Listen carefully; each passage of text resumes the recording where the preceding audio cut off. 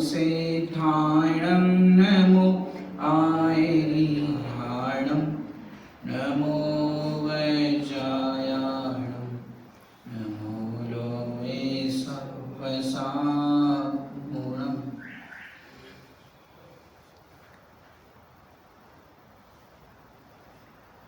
सतीर्थ वीर प्रभु का जग में प्रवर्ते, निज तत्व बोध पाकर सब लोक हर्षे। दुर्भावनान आवे मन में कदापि, निर्विघ्न निर्विकारी आराधना प्रवर्ते। આજે આપણે બધા જે વિષય પર ચર્ચા કરવા જઈ રહ્યા છે, જે તમને સ્ક્રીન પર દેખાય છે, જીન મંદિર, જીન પ્રતિમા અને જીન ધ્વજ, જે આવતીકાલે આપણા મંદિરની ધ્વજાનો કાર્યક્રમ છે, એના જ પ્રાસંગિક આપણે ચર્ચા પણ કરવાની છે। અને બહુ સિમ્પલ વિષય છે। જે જીન મંદિર, જે મંદિરની અંદર આપણે આવીએ છીએ એ જીન મંદિર કહેવાય। જીન પ્રતિમા જે અંદર બિરાજમાન છે ભગવાન, એને જીન પ્રતિમા કહેવાય। અને શિખર ઉપર જે ધ્વજ હોય છે એને કહેવાય જીન ધ્વજ। તો કાલે આપણે જે પ્રોગ્રામ છે જીન ધ્વજનો છે, તો જીન ધ્વજની મહિમા તો આપણે લાસ્ટમાં કરીશું। તો જે જીન ધ્વજ જીન મંદિરના શિખર પર લહેરાવે છે, ખરેખર એ જીન મંદિર કેવું છે, જેને જ્ઞાનીઓએ, આચાર્યોએ બહુ સુંદર શબ્દથી એની ઉપમા આપી છે। નેક્સ્ટ, જીન મંદિર જે છે એ સંસાર રૂપી રેગિસ્તાનમાં, એટલે કે રણ પ્રદેશની અંદર કલ્પ વૃક્ષના સમાન છે। દેખાય છે બધાને?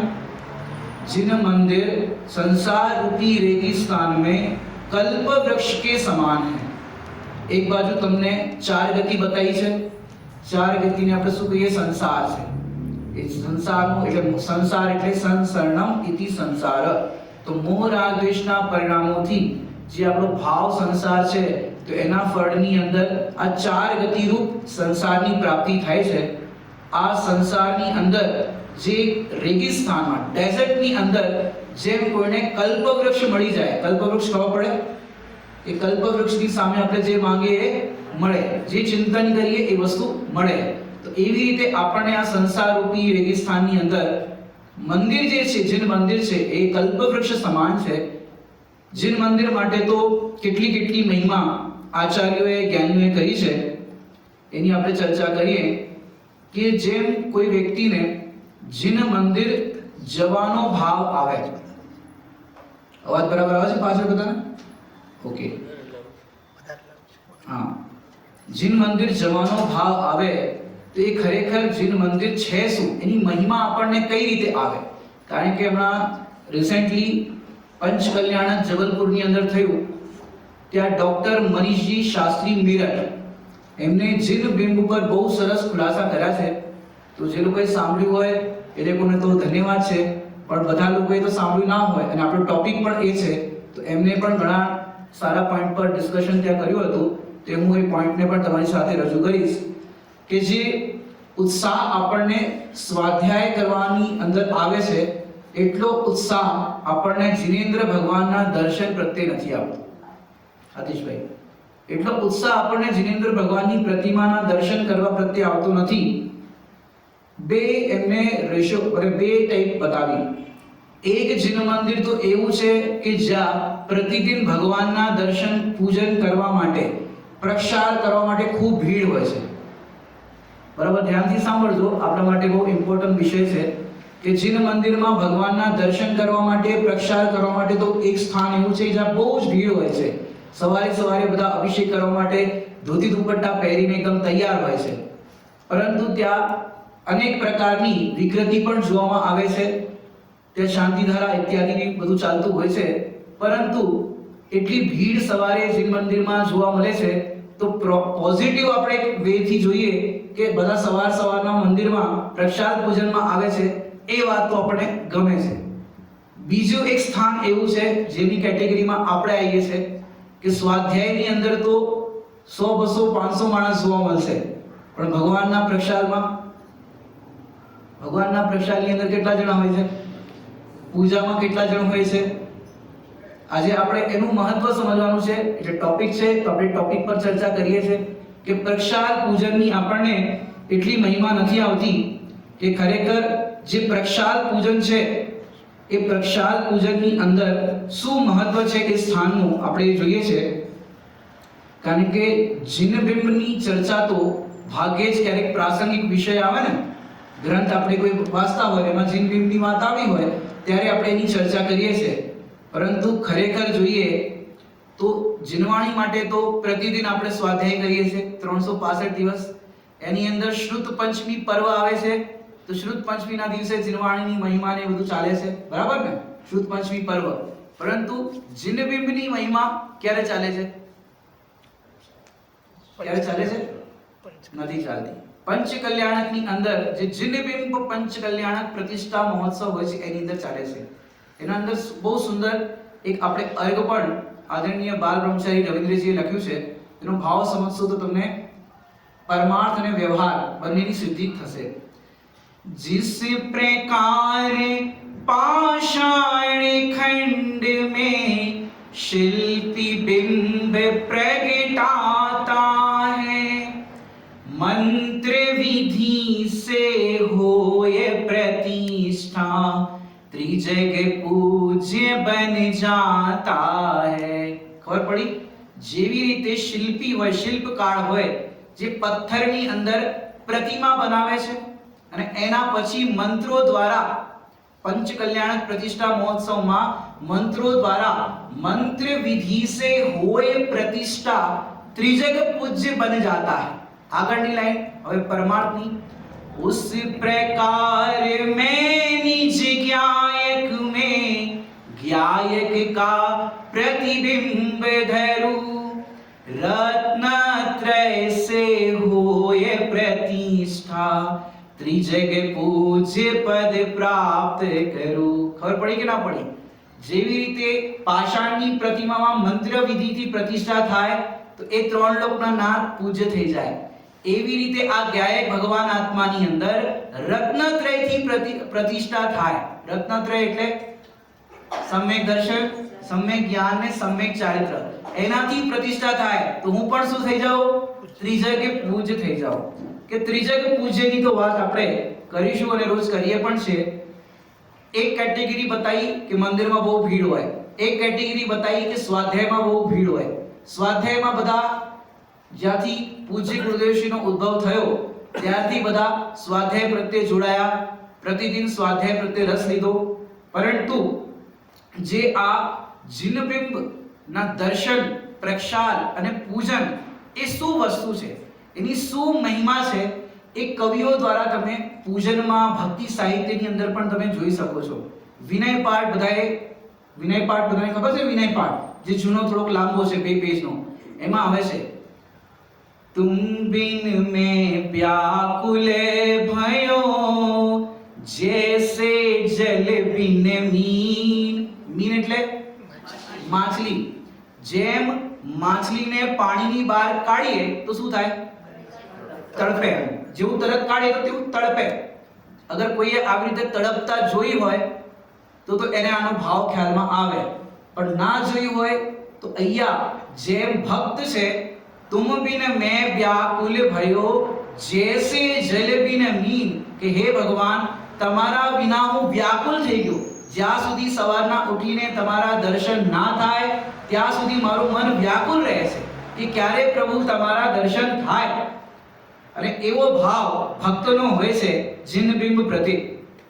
પ્રથમાન યોગની અંદર પણ આપણે જોઈએ તો જીનબિંબની મુદ્રા માટે અનેકો કથન આચાર્ય ભગવંતોએ કર્યા છે કે જે જીન મુદ્રા છે એ જીન મુદ્રા અને મુનિ મુદ્રા, બે વસ્તુ કીધી. કઈ વસ્તુ? જીન મુદ્રા અને મુનિ મુદ્રા, બંને વચ્ચે જે અંતર જોવે છે એ પ્રગટ મિથ્યા દ્રષ્ટિ છે. ખ્યાલ આવ્યો કે ના આવ્યો? બંને મુદ્રા, જીન મુદ્રા અને મુનિ મુદ્રા, એના તમને થોડા એક્ઝામ્પલ આપીશ તો તમને ભાવ ભાષણ થશે. કેટલા અત્યાર સુધી તમે સ્વાધ્યાય બધા લગભગ કરો છો, રોજ પ્રતિદિન બધા કરતા જ હશો સ્વાધ્યાય. કોઈ એકાદું ઉદાહરણ તમે આપી શકો છો કે કોઈને સ્વાધ્યાય કરતા કરતા સમ્યક દર્શન થયું, ગ્રંથ વાંચતા વાંચતા સમ્યક દર્શન થયું, એવું કઈ દ્રષ્ટાંત તમને ખ્યાલ આવે છે? પણ એવા ઘણા દ્રષ્ટાંત તમને ખ્યાલ આવતા હશે કે મુનિરાજના દર્શન થઈને સમ્યક દર્શન થયું, જિનેન્દ્ર ભગવાનના દર્શન કરીને સમ્યક દર્શન થયું. આપણે લાસ્ટ સન્ડે રેફર ઓલું શું હતું તમારું ગેમ ટ્રેઝર હન્ટ, એની અંદર આખા મંદિરનો પરિચય તો બધાને, જેટલા લોકોએ પાર્ટિસિપેટ કર્યું બધાને થઈ ગયો હશે. મંદિરની અંદર એક ચિત્ર છે, સી લાયન, બે મુનિરાજ ઉપદેશ આપી રહ્યા છે. બધાને યાદ આવી ગયું? હવે એક વિચાર કરો, 5 મિનિટ પહેલા સિંહ હરણનું માંસ ખાતો હતો, મોઢામાં માંસ છે, લોહી છે, હાથના પંજામાં પણ એવી સ્થિતિ છે. હવે જેવા મુનિરાજને આવતા જોયા, દર્શન થયા, મેં શું કીધું પહેલા, જીન મુદ્રા અને મુનિ મુદ્રામાં કોઈ અંતર નથી. જેવા મુનિરાજના દર્શન થયા, આગળ આકાશથી આવતા હતા, એવું પરિણામોમાં શું થયું? કંઈક થયું કે પરિણામોમાં વિશુદ્ધતા આવી ગઈ અને એ મુનિરાજના દર્શન થયા. હવે આપણે સાહિત્યમાં તો ભાષા હોય કે ઉપદેશ સાંભળ્યો, પણ ખરેખર એવા ઘણા દ્રષ્ટાંતો છે કે મુનિરાજનો કે ભગવાનનો ઉપદેશ ના સાંભળે અને ડાયરેક્ટ મુદ્રા જોઈને સમ્યક દર્શન થાય. બોલો દ્રષ્ટાંત છે કે નહીં?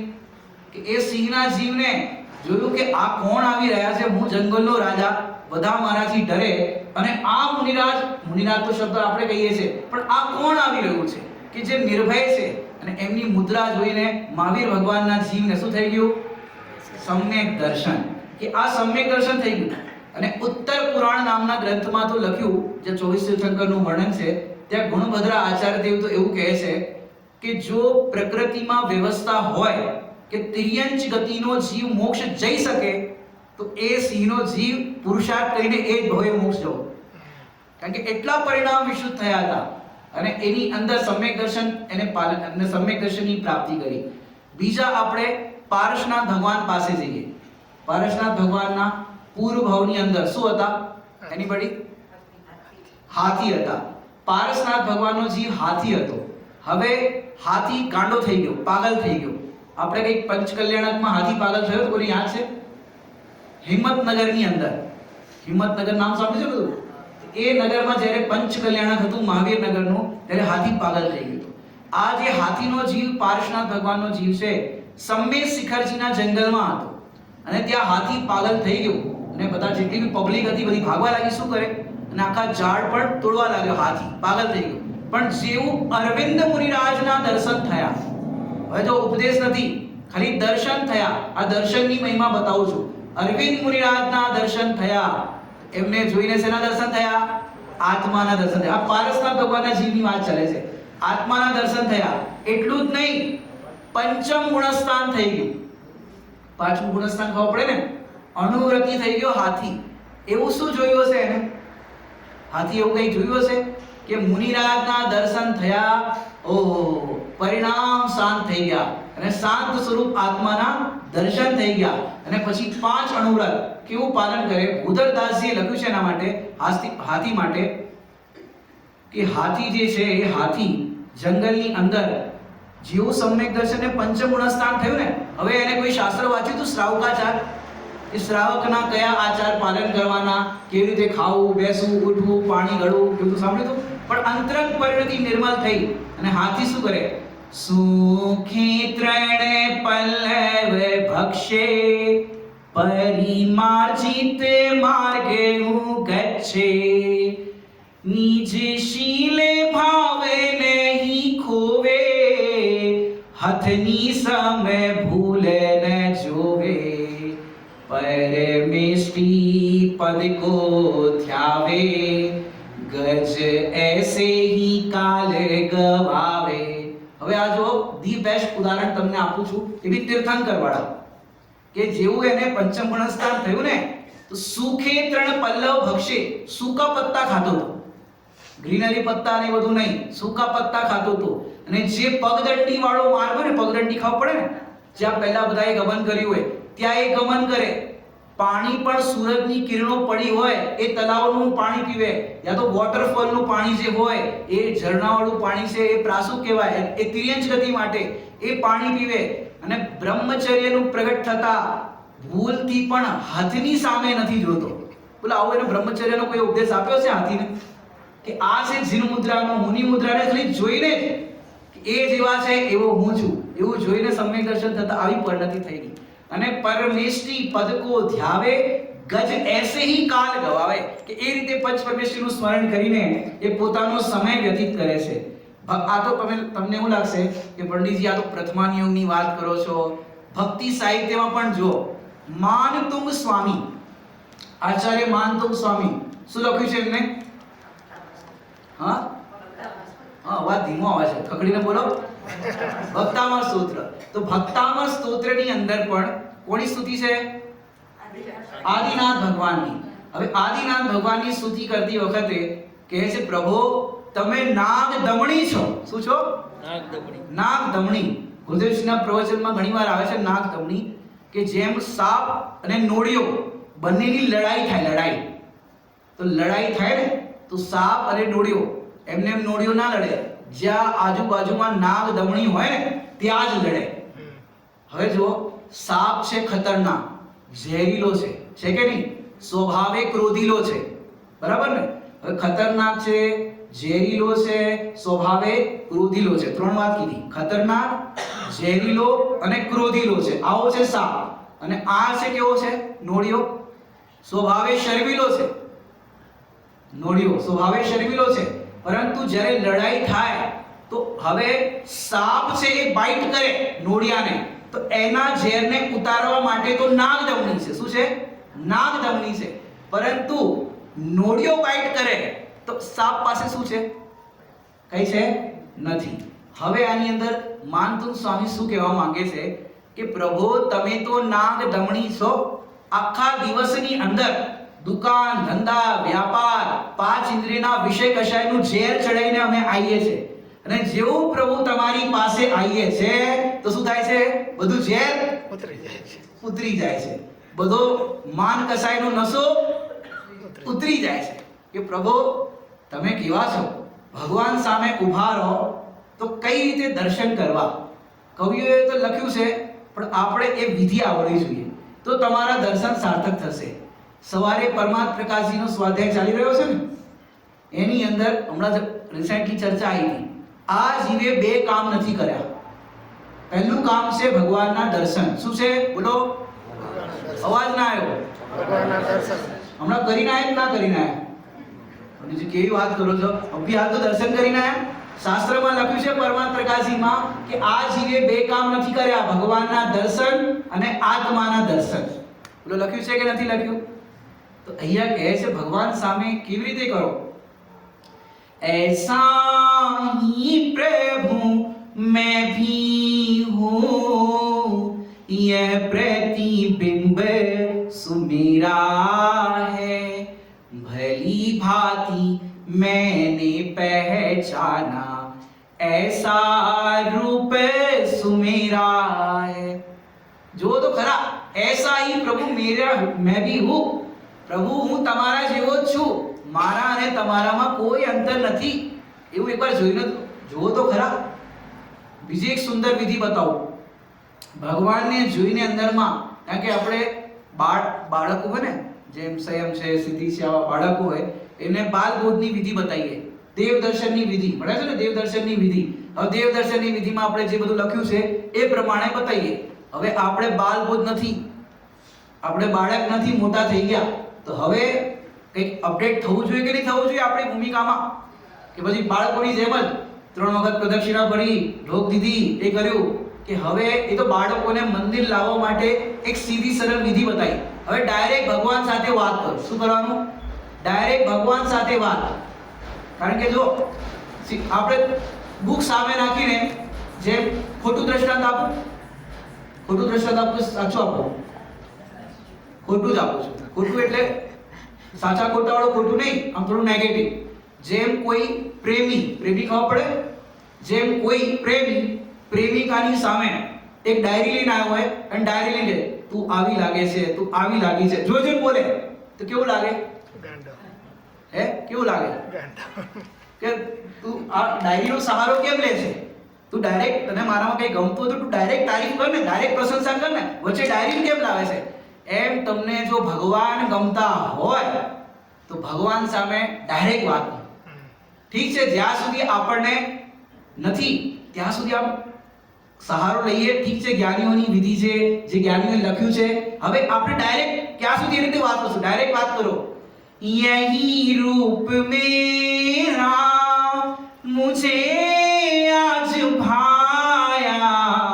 જ્યાં સુધી જેવું ભગવાનનું રૂપ છે ને ના ગમે ને ત્યાં સુધી ભગવાનને જો. यही रूप मेरा मुझे आज भाया महानंद मैंने स्वयं में ही पाया. ના મળે ત્યાં સુધી જુઓ ભગવાનને, કારણ કે જો જે ભગવાનને એક ટક નિહારે છે ને, 11 નંબરનો શ્લોક બધાને યાદ છે ભક્તામૃત સ્તોત્રમાં, जो दर्शनीय प्रभु एक टशेથી દેખે, કે જે ભગવાનને એક ટક સ્ટેર કરીને જોવે છે એને બીજે ક્યાંય જોવાનું મન નથી થતું. શું થયું? બીજે ક્યાંય જોવાનું મન નથી થતું. કેમ? ભગવાનને જોયા પછી હવે ક્યાં જોવું? જોવું હોય તો આ અહીંયા જોવે, બીજે ક્યાંય જોવાનું મન નથી થતું. એ ખરેખર ભગવાન આ તમારું એવું મહાત્મ્ય છે. કારણ કે જો પૂજ્ય ગુરુદેવશ્રીએ એ વિધિ તો કીધી, બધા ભગવાન છો ને બધા ભગવાન થાવ, પણ ખરેખર મોક્ષ માર્ગ પ્રકાશકજીમાં પંડિત ટોડરમલજી સાહેબે લખ્યું, સાચી ભક્તિ તો જ્ઞાનીને હોય છે. શું કીધું? સાચી ભક્તિ કોને હોય? જ્ઞાનીને હોય છે. તમે પૂજ્ય ગુરુદેવશ્રીની ભક્તિ જુઓ. સોનગઢની અંદર પ્રથમવાર જયપુરથી જિનબિંબ આવ્યા, અપ્રતિષ્ઠિત. પ્રતિષ્ઠા તો પછી થાય ને, ખાલી ભગવાનના પ્રતિમા આવી ગયા, પ્રતિષ્ઠા થવાની બાકી છે. પણ જેવા ભગવાન આવ્યા તો ગુરુદેવશ્રીને પ્રતિમા જોઈને પ્રફુલભાઈ કેવા પરિણામ થયા હતા? સાષ્ટાંગ દંડવત પ્રણામ કર્યા અને આંખોમાંથી અશ્રુ ઝરે. આ પૂજ્ય ગુરુદેવશ્રીની ભક્તિ બતાવું છું, આંખોમાંથી અશ્રુ ઝરે અને પ્રભુ સિમંદરનાથ ભગવાન આ પંચમ કાલમાં વિરહ આવી પડ્યા.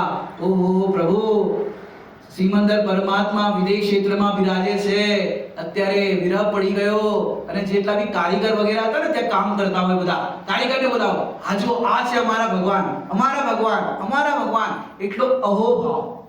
પૂજ્ય બેનશ્રીને પણ જો કેટલો અહોભાવ. વિધાન આદિ કાર્યક્રમ હોય ને તો પોતાના હાથે જે વિધાનનું માંડનું હોય ને, જે ઓલું આના ઉપર રાખીએ ને આપણે માંડનું, જે બી વિધાન હોય એનું, એ પોતાના હાથે બનાવતા. બધા બહેનો પણ એમાં સાથે ઇનિશિયેટિવ લઈને બનાવતા. બોલો, વિચાર કરો કેવી ભક્તિ. એ છે ભગવાનની ભક્તિ. ભગવાન સામે બેસી રહ્યા, ભગવાનને જોયા કરે. ઓહો પ્રભુ, તમે પરિપૂર્ણ છો, સ્વભાવથી હું પણ પરિપૂર્ણ છું, પણ હવે આ જે પર્યાયમય દશા છે એ ક્યારે બદલશે? એ પર્યાયનું પણ આ અંતર ક્યારે મળશે? એવી ભાવના જ્ઞાનીને હોય છે. કારણ કે જો જિનબિંબને શાશ્વત કીધું છે. જિનબિંબ કેવું છે? શાશ્વત. ને શાસ્ત્ર કેવા છે? શાસ્ત્ર તો પંચમ કાલની મજબૂરી છે. શું છે? મજબૂરી. પહેલા કઈ શાસ્ત્ર હતા નહીં, પરંતુ શું થયું કે બધાનું ક્ષયોપશમ ઓછું થવા લાગ્યું. ઓછું થવા લાગ્યું તો ધરસેન આચાર્ય દેવને, નામ સાંભળ્યું બધાએ? ધરસેન આચાર્ય દેવને ચિંતા થઈ. यही भाव अविछिन्न रहता है मन में, सर्वज्ञ शासन जयवंत वर्ते, निरग्रंथ शासन जयवंत वर्ते. તો એમના નિમિત્તે ભૂતબલી અને પુષ્પદંત દ્વારા આ ષટખંડાગમ ગ્રંથની રચના થઈ અને એના પછી બધી ગ્રંથની પરિપાટી થઈ. એના પહેલા શાસ્ત્ર જ નહોતા, જરૂર પણ નતું, પણ શું કરે, આપણું ક્ષયોપશમ ઓછું થવા લાગ્યું. હવે શું કરીએ? એટલા માટે શાસ્ત્રની રચના કરી કરુણા કરીને. એ પણ આચાર્યએ પોતાના વર્તમાન આત્માની શાંતિને દજાડીને શુદ્ધોપયોગમાં જેટલા ટાઈમ સુધી લખે ત્યાં સુધી શુભોપયોગમાં રહે, તો શુદ્ધોપયોગમાં ન લઈ શકે તો એટલું આપણા પર કરુણા કરી આત્માની શાંતિને દજાડીને ગ્રંથ લખ્યા છે. શું વિચાર કરો. હવે એ ગ્રંથની પણ વાત કરીએ તો ચાર ગતિની અંદર, ચાર ગતિમાં, ચાર ગતિ તો બધાને ખબર છે ને, ચાર ગતિમાં ત્રણ ગતિના જીવો તો શાસ્ત્ર વાંચતા જ નથી. નરકમાં શાસ્ત્ર છે, દેવગતિમાં, પછી કઈ રહી? તિર્યજ ગતિ. બોલો, જરૂર છે ત્યાં કે એમને તો વાંચતા આવડે નહીં. હવે ત્રણ ગતિમાં તો શાસ્ત્રની વાત જ નથી. અને એની અંદર પણ જો મનુષ્ય ગતિમાં, મનુષ્યમાં ભોગ ભૂમિ અને કર્મ ભૂમિ, ભોગ ભૂમિમાં પણ કેન્સલ કરી દો. હવે પછી કર્મ ભૂમિ. હવે કર્મ ભૂમિની અંદર આ શાસ્ત્રની પ્રણાલી ચાલે છે. હવે કર્મ ભૂમિમાં પણ જો તો શાસ્ત્ર જે છે, શાસ્ત્ર વાંચીને સમ્યક દર્શન કેટલાને થાય છે? અને ભગવાનની મુદ્રા અને મુનિરાજની મુદ્રાને જોઈને સમ્યક દર્શન કેટલાને થાય છે? વિચાર કરવો. કારણ કે શાસ્ત્ર વાંચવા માટે પણ પરાધીનતા છે કે નહીં? પરાધીનતા. હવે સમજો તમને પ્રાકૃત આવડે નહીં તો શું કરો? સંસ્કૃત આવડે નહીં તો શું કરો? એટલે કમસે કમ ઓછામાં ઓછું ગુજરાતી કે હિન્દી તો આવડવું જોઈએ ને. કોઈ ભાષાનું જ્ઞાન તો જોઈએ ને. કોઈ યુનિવર્સિટીમાં, કોઈ સ્કૂલમાં ભણવા માટે તો જવું પડે ને. ત્યારે તો ભાષાનું જ્ઞાન થાય. ભાષા જ્ઞાન વગર તમે સ્વાધ્યાય કરી શકો, ગ્રંથ વાંચી શકો? બોલો ભાઈ, વાંચી શકો? નોલેજ જ નહીં. અને સમજો ખાલી રીડ કરતા આવડી ગયું પણ એનો અર્થ સમજમાં ના આવે તો શું કરો? એટલે શાસ્ત્રમાં તો બહુ પરાધીનતા છે. પરંતુ ભગવાનની પ્રતિમામાં, બોલો, ઇંગ્લિશ આવડવું જોઈએ સ્વયં ભગવાનના દર્શન કરવા માટે, હિન્દી, ગુજરાતી, ત્યાં તો ખાલી મુદ્રા જોવાની છે. શું જોવાનું છે?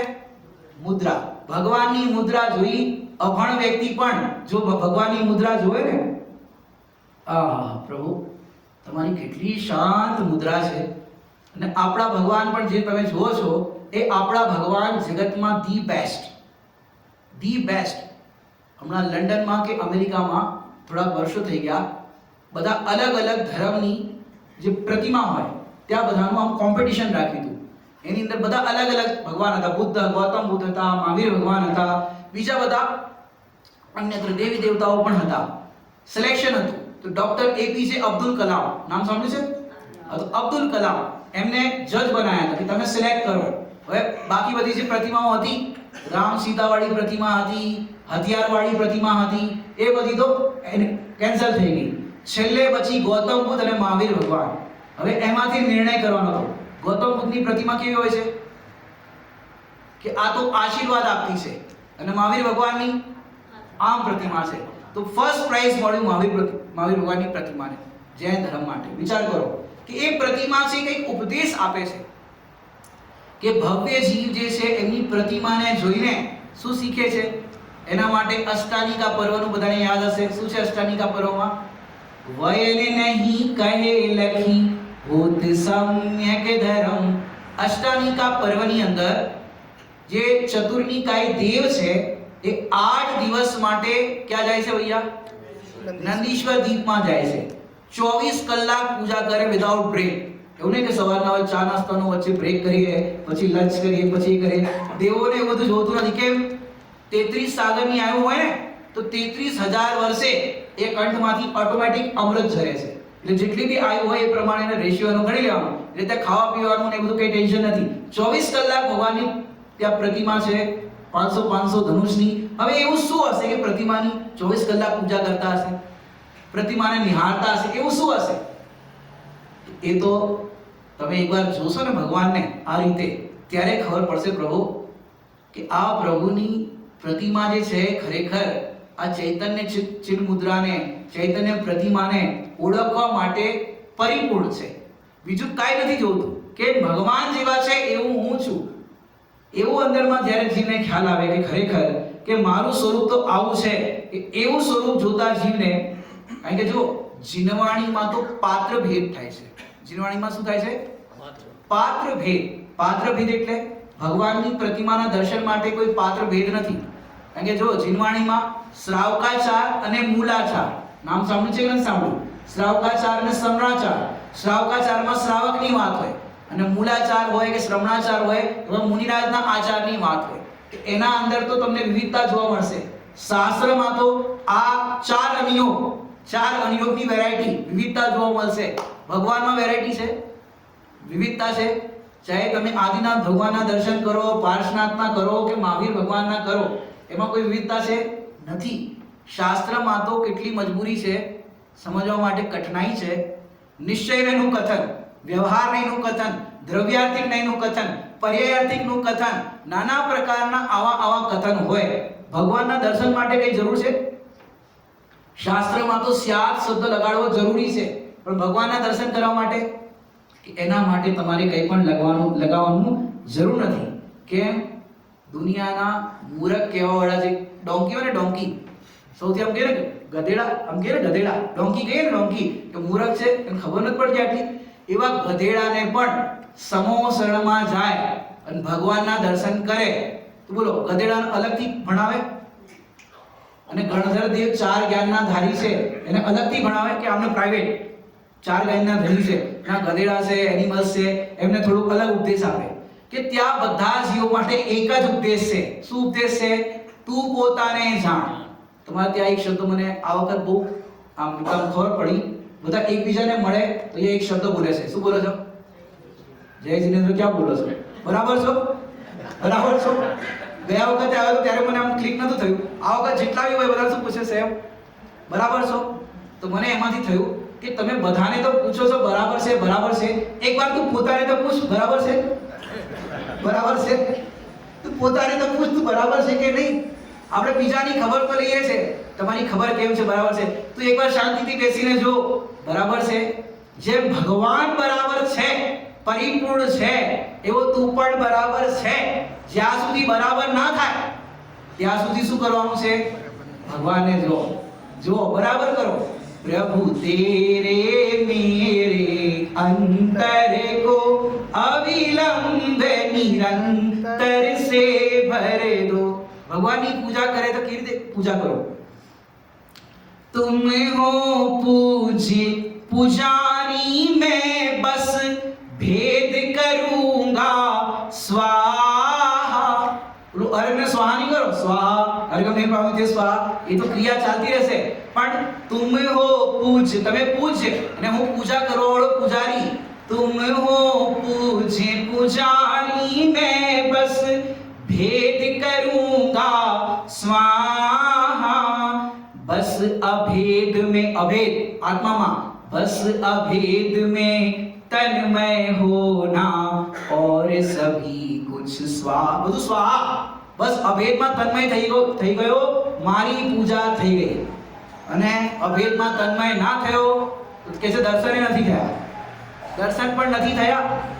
જુઓ, ભગવાનની પ્રતિમા જે છે એ ગરીબમાં, અમીરમાં, અભણમાં, હિન્દુ, મુસ્લિમ, શીખ, ઈસાઈ કોઈ પણ જીવ છે દર્શન કરે તો શું ઉપદેશ આપે? નાસાગ્ર દ્રષ્ટિ છે ભગવાનની, કે જે પોતાની સામે જોવે છે એ સુખી થાય છે અને જે જગતની ઓર જોવે છે દુખી થાય છે. સિમ્પલ ઉપદેશ છે કે નહીં? સિમ્પલ ઉપદેશ છે. ભવ્ય નિહારે અહો આપકો, આપ નિહારે અપની ઓર. તો ભગવાનથી આ વિધિ શીખવાની છે કે હું પોતાની તરફ જોઉં.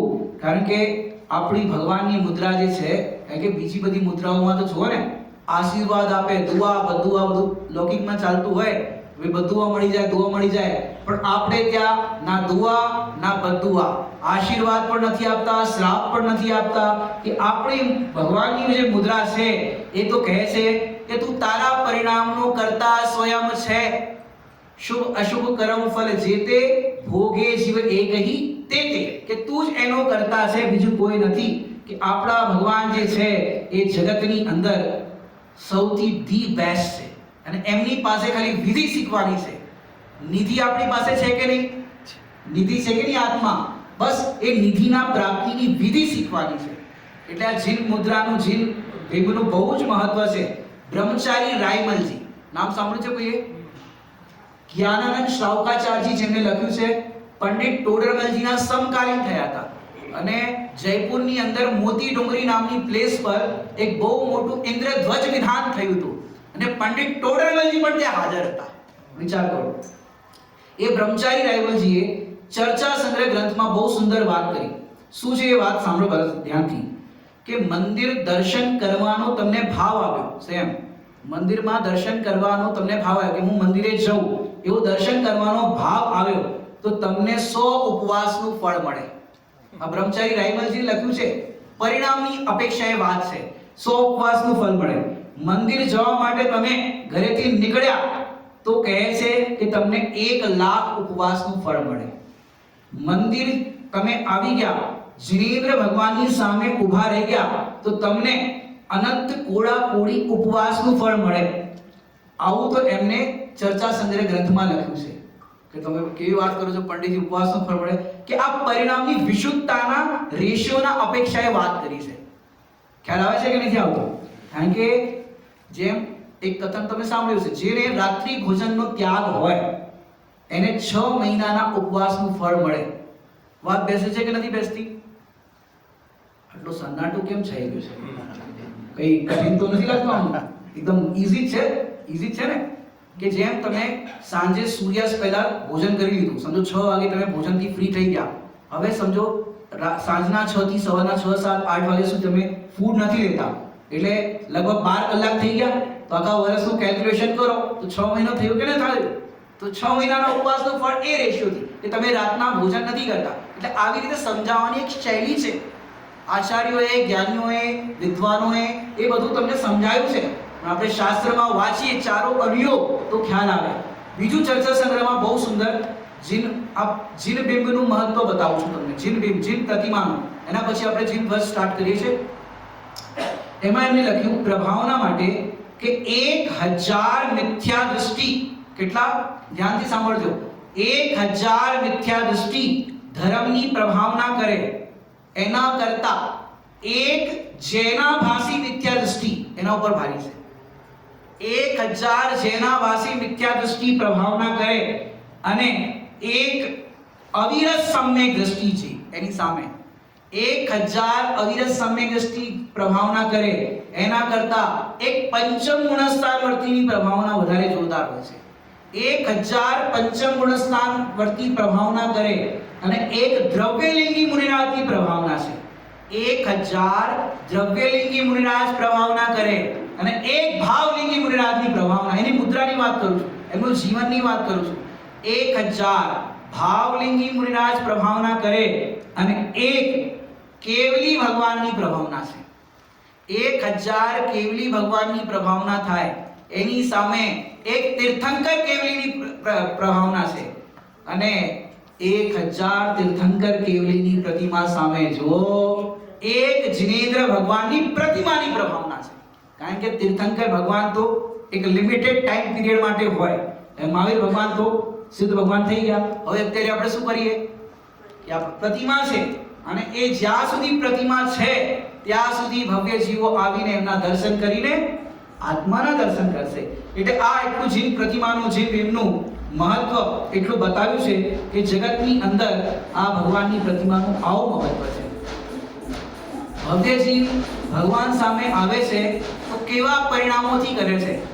કારણ કે જેટલા સ્વાધ્યાયી છે એ સ્વાધ્યાયી લોકોમાં મને એક પરિણામ તો નહીં જોવા મળે કે મારી દુકાન સારી ચાલુ થઈ જાય, મારું આ કામ પતી જાય, મારું આ થઈ જાય, એવું કોઈને રાખે છે ભાઈ? અગર અંદરમાં થોડું ચાલતું હોય ને તે ભૂલાઈ દેવાનું. કેમ? આપણા ભગવાન કેવા છે? ગીતરાજ. તુમ ભક્તો કો કુછ નહીં દે अपने સમાન બસ બના લે, એવા છે ભગવાન. ભગવાન સામે જાઓ, બસ 2 મિનિટ પછી જીન ધ્વજનું સ્ટાર્ટ કરવું છે. બહુ સુંદર એ બી ટોપિક છે કે ભગવાન સામે જાઓ ને, निर्वांछक है भगवन ये आराधना हमारी, होवे दशा हमारी बस जैसी हुई तुम्हारी. કે જેવી દશા તમારી થઈ છે એવી મારી દશા થાય. કારણ કે સ્વર્ગથી સુંદર આ જિનેન્દ્ર ભગવાનનો દરબાર છે. એ દરબારની અંદર આપણા પરિણામ વિશુદ્ધ ના થાય તો શું કર્યું? એક કોટેશન સાંભળ્યું હશે, યદિ, કારણ કે આ સમજવા માટે બહુ ઇમ્પોર્ટન્ટ છે. રોજ પ્રતિદિન તમે ભગવાનના દર્શન કરો છો, હાથ ઉપર નહીં કરાવો, મનમાં બધાએ હા ના કરી લેવાની, બરાબર? રોજ ભગવાનના તમે દર્શન કરો છો. જો નથી કરતા તો સમજો કે નહીં પંડિતજી અમે શું કરીએ, બહુ દૂર રહીએ છીએ, ઘર અમારું મંદિરથી દૂર છે. ઓકે, ઠીક છે, દૂર છે यदि मंदिर दूर लगे तो नरक पास है। વાક્ય સાંભળ્યું છે આ? यदि મંદિર દૂર લગે, કારણ કે આપણે સ્કૂલ દૂર હોય, બીજું કંઈક રમવાનું કરવાનું દૂર હોય, ઓફિસ દૂર હોય, બરાબર ને, એ બધું દૂર હોય, દુકાન દૂર હોય, ત્યાં જાવ છો કે નથી જતા? જઈએ છે. આપણે જરાક કંઈક લગ્ન પ્રસંગ આવી જાય, જરાક કંઈક બહારનું કામ આવી જાય, તો સૌથી પહેલું કાપ ક્યાં મુકાય? મંદિર. આજે મંદિરે નહીં જઈએ, આજે સીડી પ્રવચનમાં નહીં જઈએ, આજે અહીંયા નહીં જઈએ. મંદિરને આપણે કેન્સલ કરીએ છીએ. વિચાર કરવાનું છે આપણે પ્રાયોરિટી કોને આપીએ છીએ. સમય આપણી પાસે વધારે નથી, પછી ક્યારેક ચર્ચા કરશું પ્રાયોરિટી ઉપર કે આપણે શેના પર વજન આપીએ છીએ. વાક્ય પૂરું કરું છું. યદિ મંદિર દૂર લગે તો બોલો જરા. જે નહીં આવતો એ બરાબર ઢીલું પોછું બોલતા હશે. કમસે કમ બોલો તો ખરા, અંદરમાં ખટકશે. यदि मंदिर दूर लगे तो नरक पास है. बोलो. यदि मंदिर दूर लगे तो नरक पास. यदि मंदिर समीप लगे तो स्वर्ग पास है. बोलो. यदि मंदिर समीप लगे तो स्वर्ग पास है और शुद्धात्मा समीप लगे तो मोक्ष पास है. कैटेगरी समझ में आई गई? જે જ્યાં ઊભા હોય ત્યાંથી એક કદમ આગળ વધો. શુદ્ધાત્મા સમીપ લાગે છે તો મોક્ષ આપણા નિકટ છે. મોક્ષ હવે મળવાનો જ છે, એટલું પાકું છે કે અંદરમાં, કારણ કે મંદિરમાં આવીએ તો મંદિરની અંદર આપણે પરિણામોનો સંભાળ રાખવાની છે. શેની સંભાળ રાખવાની છે? પરિણામોની. હવે આપણે નેક્સ્ટ જીન ધ્વજ, જે આપણો કાલે પ્રાસંગ છે એની ચર્ચા કરીએ આપણે. ધ્વજારોહણનું મહત્વ. અહીંયા ફ્લેગ તમને બે દેખાય છે. અહીંયા એક વાત કહેવાની છે કે જેમ દરેક દેશનો પોતાનો ફ્લેગ હોય છે, એ જે ફ્લેગ છે એનાથી શું થાય? એ દેશની ઓળખાણ થાય કે આ દેશનું રિપ્રેઝેન્ટેટિવ છે. એવી રીતે જેમ દરેક દેશનો ફ્લેગ હોય છે, એમ દરેક ધર્માવલંબી હોય છે એનો પોતાનો ધર્મનો એક ઝંડો હોય છે, એક ધ્વજ હોય છે. અહીંયા આપણો ધ્વજ પણ તમને દેખાતો હશે, એની આપણે ચર્ચા કરવાની છે. શું મહત્વ છે એક એક્ઝામ્પલથી સમજીએ આપણે. જેમ તમને કોઈ આતંકવાદી ટેરરિસ્ટ પકડીને લઈ ગયા હોય, ISIS, કેસરી કપડા પહેરાઈને મારી નાખે છે ને, ISIS, એ તમને કંઈક લઈ ગયા હોય અને એ તમને મારી નાખવાનો હોય AK-47 થી આવી, અને અચાનક એક હેલિકોપ્ટર આવ્યું ને હેલિકોપ્ટર ઉપર તમે તમારા દેશનો ઝંડો જોયો. શું થયું? અને એની અંદર બધા કમાન્ડો હતા, એકદમ મેઇન ફર્સ્ટ નંબરના કમાન્ડો હોય ને, જેવો હેલિકોપ્ટર જોયું, પેલા લોકો હેલિકોપ્ટરને જોવે છે, જેવું આપણે જોયું આપણા દેશનું હેલિકોપ્ટર છે, અમને બચાવવા માટે આવ્યા છે. હેલિકોપ્ટર જોઈને તમે પ્રસન્ન થયા કે ના થયા? થઈ ગયા કે હવે આપણે બચી ગયા, કારણ કે આપણા દેશવાળા જે છે એ બચાવવા માટે આવી ગયા. એવી રીતે આ જીન ધ્વજ જે છે, કોઈ પણ નગરમાં આપણે જઈએ અને આપણે અનનોન પ્લેસ પર ગયા છે, સૌથી પહેલા ત્યાં પહોંચીને બિઝનેસ પર્પસથી પણ ગયા હોય ને, તો જે જૈન ધર્મના અનુયાયી હોય ને, એને સૌથી પહેલો વિકલ્પ શું હોય? ભગવાનના મંદિરના દર્શન કરી લઈએ, એવો વિકલ્પ હોય. તો જેવું આપણે મંદિરનું શિખર દેખાય, ધ્વજ દેખાય, તો શું થાય? આપણું મંદિર. એટલા માટે આપણે કહીએ ઊંચે ઊંચે શિખરો વાલા હે જીન મંદિર હમારા. ઊંચું શિખર હશે તો ધ્વજા પણ ઊંચી હશે. દૂરથી ક્યાંય બી જોશો તો તમને એ ધ્વજા દેખાશે. તો આ ધ્વજની અંદર બે ટાઈપના ધ્વજ હોય છે. એક કેસરિયા ધ્વજ અને એક છે પંચરંગા ધ્વજ. શું છે? કેસરિયા ધ્વજ અને પંચરંગા ધ્વજ. આપણે અહીંયા નેક્સ્ટ જોઈએ પંચરંગા ધ્વજ. નેક્સ્ટ આ જો 5 રંગ છે આની અંદર. રેડ કલર છે, યલો છે, સફેદ છે, ગ્રીન છે અને બ્લુ છે. નેક્સ્ટ જોઈએ એક એકનું એનું મહત્વ અહીંયા બતાવે છે.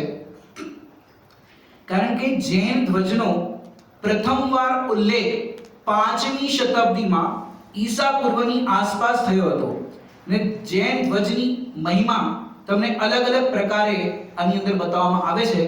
જે તમને અહીંયા દેખો, રેડ કલર છે એ કલ્યાણનું પ્રતીક છે. દેખાય છે બધાને? રેડ કલર કલ્યાણનું પ્રતીક છે.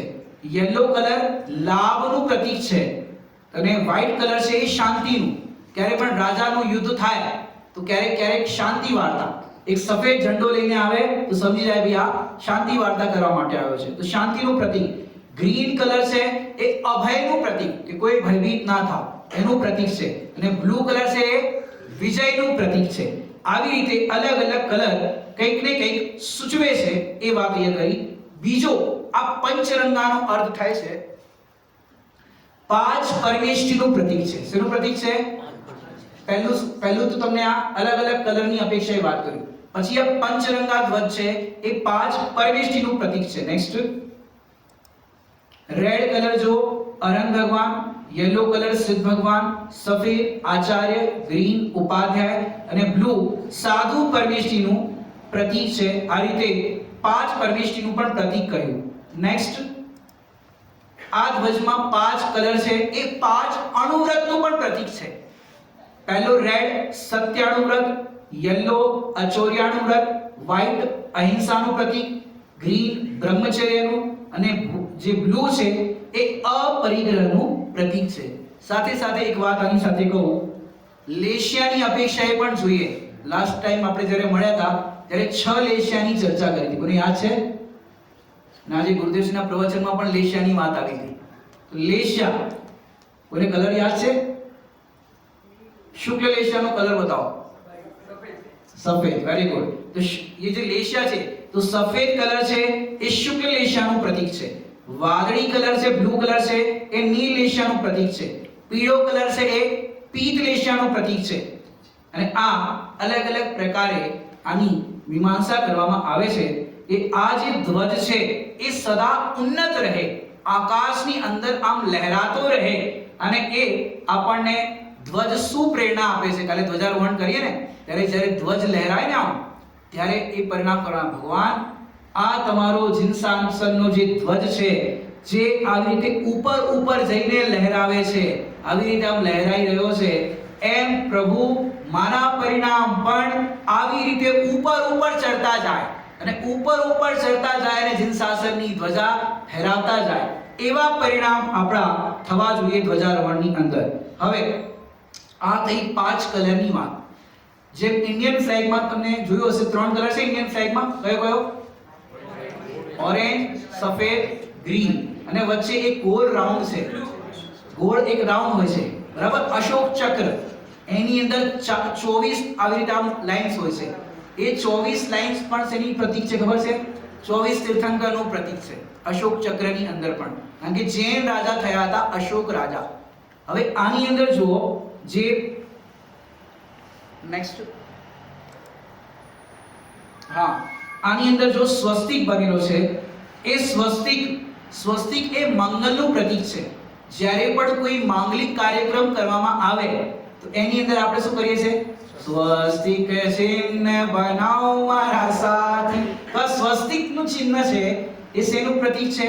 4 ગતિના અભાવ કરવાનું. મંગલ કહેવાય ને, મંગલ જે મોહ રાગ દ્વેષ રૂપી પાપોને ગાલે અને સાચું સુખ ઉત્પન્ન કરે. તો 4 ગતિના અભાવ રૂપે આ સ્વસ્તિકનું પ્રતીક છે જે ધ્વજની વચ્ચે પંચરંગામાં બનેલું હોય છે.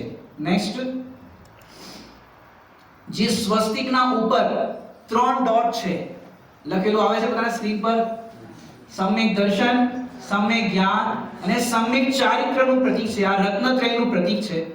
એના પછી જો ઉપર સિદ્ધ શિલાનું પ્રતીક છે. જે આમ લાઈન હોય ને આમ, એ સિદ્ધ શિલાનું પ્રતીક છે ધ્વજની અંદર. નેક્સ્ટ હા આ છે જે ડોટ હોય એ સિદ્ધ ભગવાનનું પ્રતીક છે. ધ્વજની અંદર બધાને ખ્યાલ આવ્યો? ધ્વજની અંદર અલગ અલગ કલર છે, 5 રંગ. એ તો કેસરી કલરનો પણ ધ્વજ હોય છે. બંને વાત આપણે કરી. ધ્વજના કલરની વાત કરી, એના અલગ અલગ પ્રકારે આ શેનું પ્રતીક છે એની પણ આપણે વાત કરી. સાથે સાથે સ્વસ્તિક શેનું પ્રતીક છે? સિદ્ધશિલા. અને એની અંદર આ સિદ્ધ ભગવાનની આ રીતે સ્થાપના રૂપે કર્યું છે. અને આની અંદર જૈન જે ધ્વજ હોય છે એનું એક એક્યુરેશન માપ પણ હોય છે, જે તમે એકવાર ફરીથી બેક કરજો. જે ધ્વજનો ફોટો છે 5 રંગા બેક થશે. બેક નહીં આમ ઓલી બાજુ નહીં થાય બેક. મારે એનું લેન્થ બતાવે છે.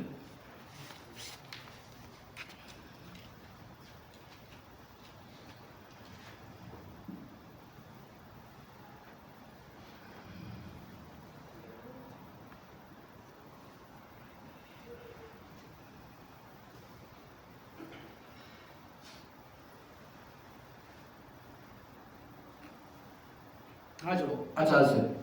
કે આની અંદર જો તમે સાઈઝ જોશો, કેસરી કલર કેસરીની રેડ કલર, યલો કલર અને વ્હાઇટ કલરમાં આટલી ગેપ છે. તો જ્યારે પણ આ ધ્વજ બનાવીએ તો ધ્વજ માટે પણ આકાર બહુ મહત્વનો હોય છે.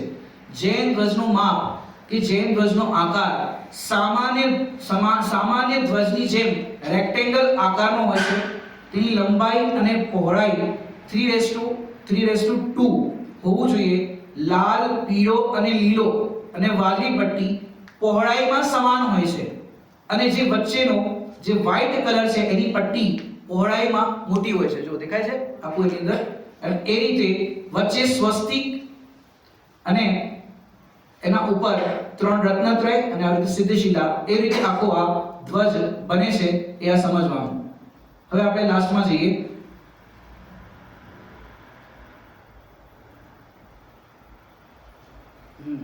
બસ અહીંયા કે જો આ જૈન ધ્વજે આપણને એક બીજી પણ પ્રેરણા આપી છે. જૈન ધ્વજ ઉન્નત આકાશની અંદર લહેરાય.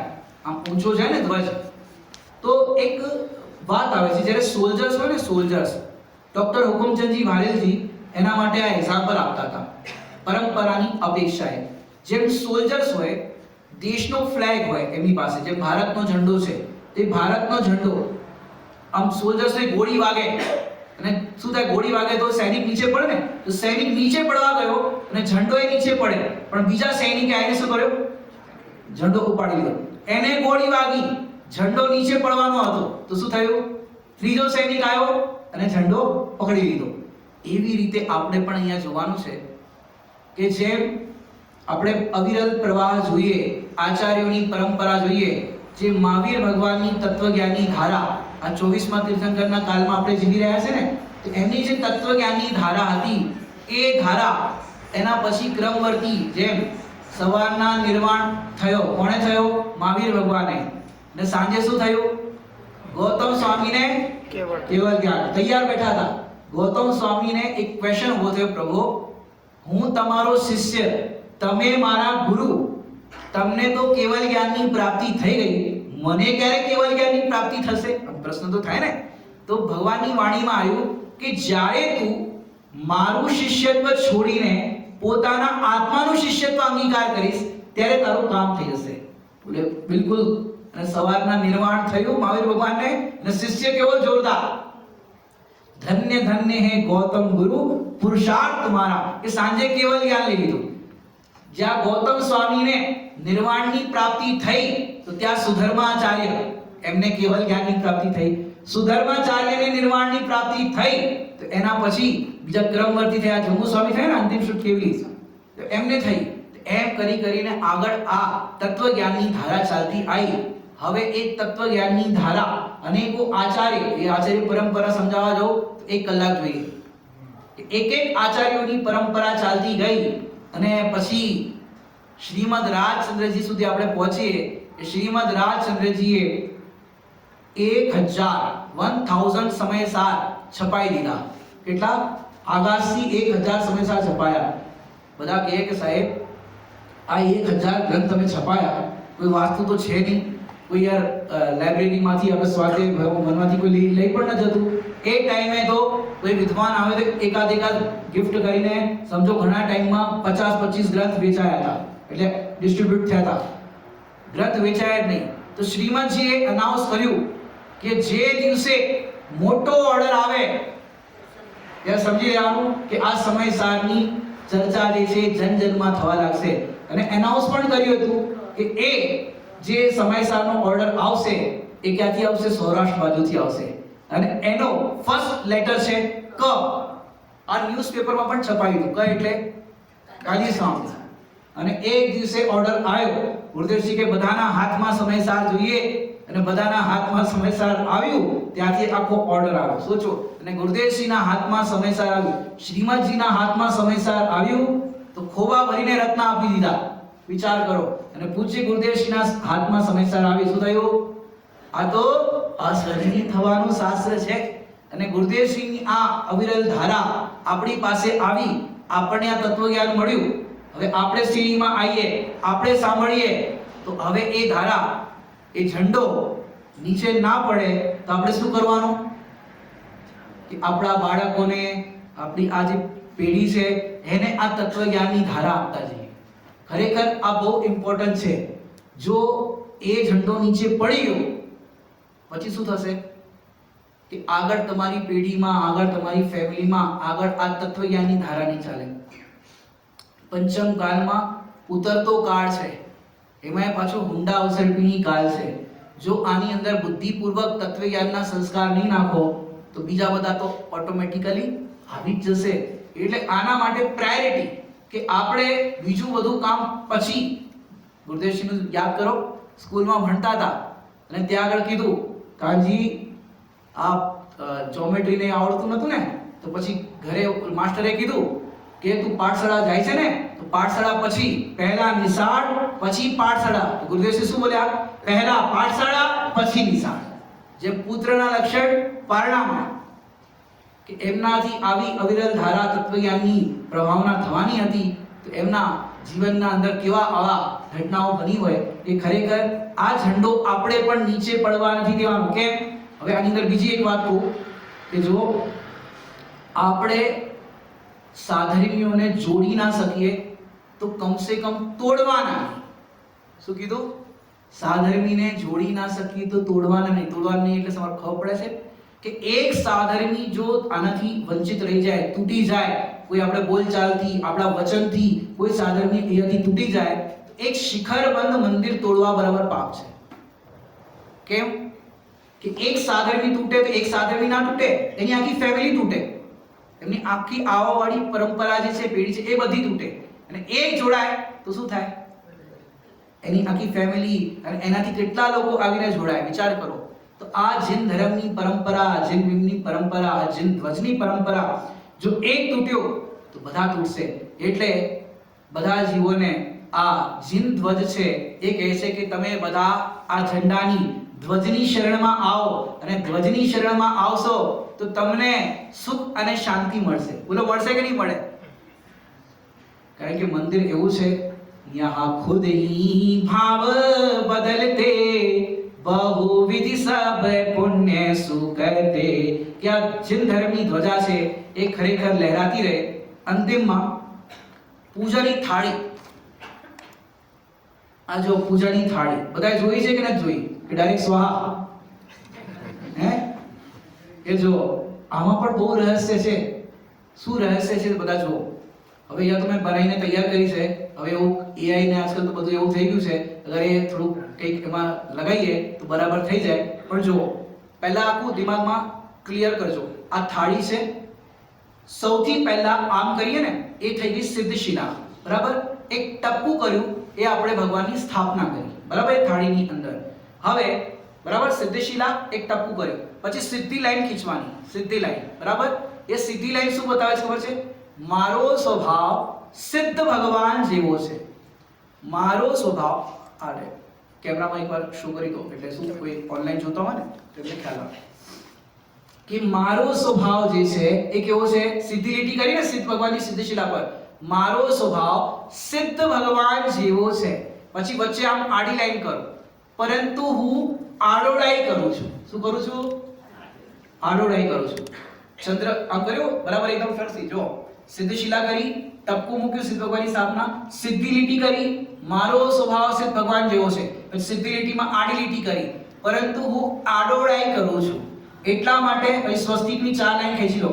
એટલા માટે હું 4 ગતિમાં પરિભ્રમણ કરું છું. સાથીઓ બની ગયો? બની ગયો. હવે સાથીઓ બની ગયો. એના પછી મારો સ્વભાવ કેવો છે? પાછો ફરીથી સિદ્ધ ભગવાન જેવો ઉર્ધ્વગમન સ્વભાવ છે. જો હું પોતાના આત્માને ઓળખીશ, એનું શ્રદ્ધા, જ્ઞાન, ચારિત્ર્ય કરીશ તો મને 3 ટપકા સમ્યક દર્શન, સમ્યક જ્ઞાન, સમ્યક ચારિત્ર્ય, રત્નત્રયની પ્રાપ્તિ થશે. અને રત્નત્રયની પ્રાપ્તિ થતા હું પોતાનામાં લીન થઈ જઈશ તો નીચે શ્રી કેવલ જ્ઞાન રૂપી લક્ષ્મીની પ્રાપ્તિ થશે. અને પછી સ્વસ્તિકમાં 4 ટપકા: અનંત જ્ઞાન, અનંત દર્શન, અનંત સુખ અને અનંત વીર્ય, અનંત ચતુષ્ટયની પ્રાપ્તિ થશે. હવે બોલો, આ ખાલી થાળી બનાવીએ. હવે થાળી બનાવો ક્યારેક બનાવી છે? જાતે બનાવી હોય આવો ભાવ થયા ક્યારેક? કે આમાં પણ રહસ્ય છે. આપણી એક એક ક્રિયાની અંદર આવી રીતે રહસ્ય. બોલો, આમાં ભગવાન આત્માની વાત આવી કે ના આવી? સીધું કેવલ જ્ઞાન કરાવી દીધું, બોલો થાળી બનાવવામાં જ કે મારો સ્વભાવ છે ભગવાન સમાન છે એવો અનુભવ કરું સમય. હવે આ ઘણીવાર શું થાય, આ તો જડની ક્રિયા છે, પૂજા પાઠ દયા દાન વ્રત બધું શું છે, હે છે, છોડવા લાયક છે. હે પેલા દુકાન છોડો, ધંધા વ્યાપાર છોડો, પેલું શું કહેવાય તમારું સોશિયલ બધા એક્ટિવિટીઝ કરતા હોય, બીજું બધું કરતા હોય, વિકથા કરતા હોય, બધા બહારના કામ છે એ છોડો પહેલા, અને સીધું આ પૂરતું હે છે, જળની ક્રિયા છે, દયાદાન પૂજા. પૂજ્ય ગુરુદેવશ્રી જો કેવી પૂજા કરતા હતા, પૂજ્ય બહેનશ્રી જો કેવી પૂજા કરતા હતા કે નતા કરતા. અને સૌથી લાંબી પૂજા કોની છે પ્રભુભાઈ બધી પૂજાઓમાં? બેનશ્રી બહેનની પૂજા જો કેટલી 4-5 પાનાની, 5-6 પાના હશે લગભગ. કેટલા પાના છે? એટલી લાંબી પૂજા છે, વિચાર કરો. હવે એમને શું આનંદ આવતો હશે. એટલા માટે મેં સૌથી પહેલા જેને બેનું મહત્વ બતાવ્યું કે ખરેખર ભગવાન સાથે વાતો કરતા શીખી જઈએ ને પછી તો બીજે કંઈ ગમે નહીં. પછી કોઈ આવે ને, કોઈ હમણાં નહીં, આ ટાઈમે તો ભાઈ મારા મંદિરનો ટાઈમ થઈ ગયો છે ભગવાન પાસે. કેમ?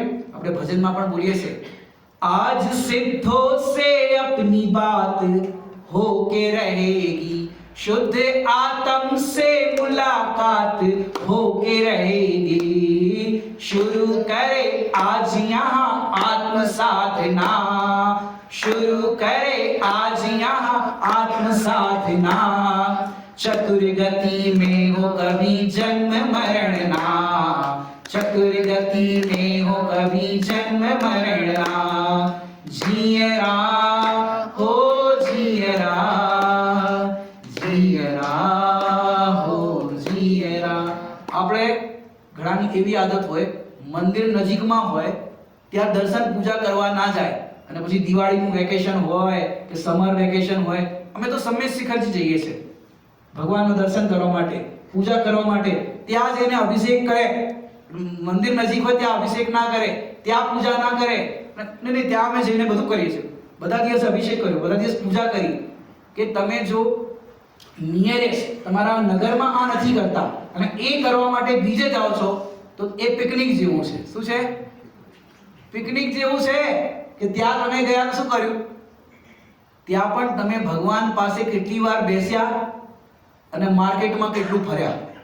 બધા પોતાનું જોઈ લીધું ક્યારે ગયા હોય તો માર્કેટમાં કેટલું ફર્યા, સાઇટ સીન કેટલું જોયું, કેટલું બધું તમે એ કર્યું, અને ભગવાન પાસે કેટલી વાર બેસ્યા. અને જ્યારે શિખરજીના પહાડ પર જાય ને, અને આમ પહેલી વાર પહાડ ચડ્યો હોય અને પહેલી ટોપ કઈ આવે? ગયા છો કે નહીં સમ્યક શિખરજી? નહીં તો ત્યાંથી સંગ કાઢો. એ પહેલી ગૌતમ સ્વામીની ટૂંક આવે. ગૌતમ સ્વામીની ટોપ પર ઘણા આમ પહેલી વાર આવે ને એકદમ સાષ્ટાંગ પ્રણામ કરે. બહાર બધાને રાહ જોવી પડે કે ભાઈ અમને તો બહુ સરસ પ્રણામ કરે છે. બોલે સરસ પ્રણામ નહીં, આટલું ઉપર ચડતા પરસેવો થઈ ગયો, જે પથ્થર છે ને માર્બલનો એ ઠંડો લાગે છે. નમસ્કાર કરે છે કે શું કરે છે? એટલે ખરેખર જો ભગવાન પ્રત્યે નિયમ સારની વાત કરું તમને, અંતિમ વાત કરું, નિયમ સારના 11 નંબરના કે 12 નંબરના કલશમાં લખ્યું છે, નિયમ સાર તો ગુરુદેવશ્રી કહે છે સમય સાર કરતા પણ નિયમ સાર ચડિયાતો ગ્રંથ છે. ગુરુદેવશ્રી એવું કહે છે નિયમ સારજી. એમાં લખ્યું ભવના ભેદન કરવા વાળા આ ભગવાન પ્રત્યે તને જો ભક્તિ નથી તો ભવ સમુદ્રના મધ્યે મગરના મુખમાં પડ્યો છે. જો ભક્તિ નથી તો એમ સમજો ભવ સમુદ્રના મધ્યમાં મગરના મુખમાં છે. હવે ક્યાં પડ્યા છો એ વિચાર કરજો. વિચારના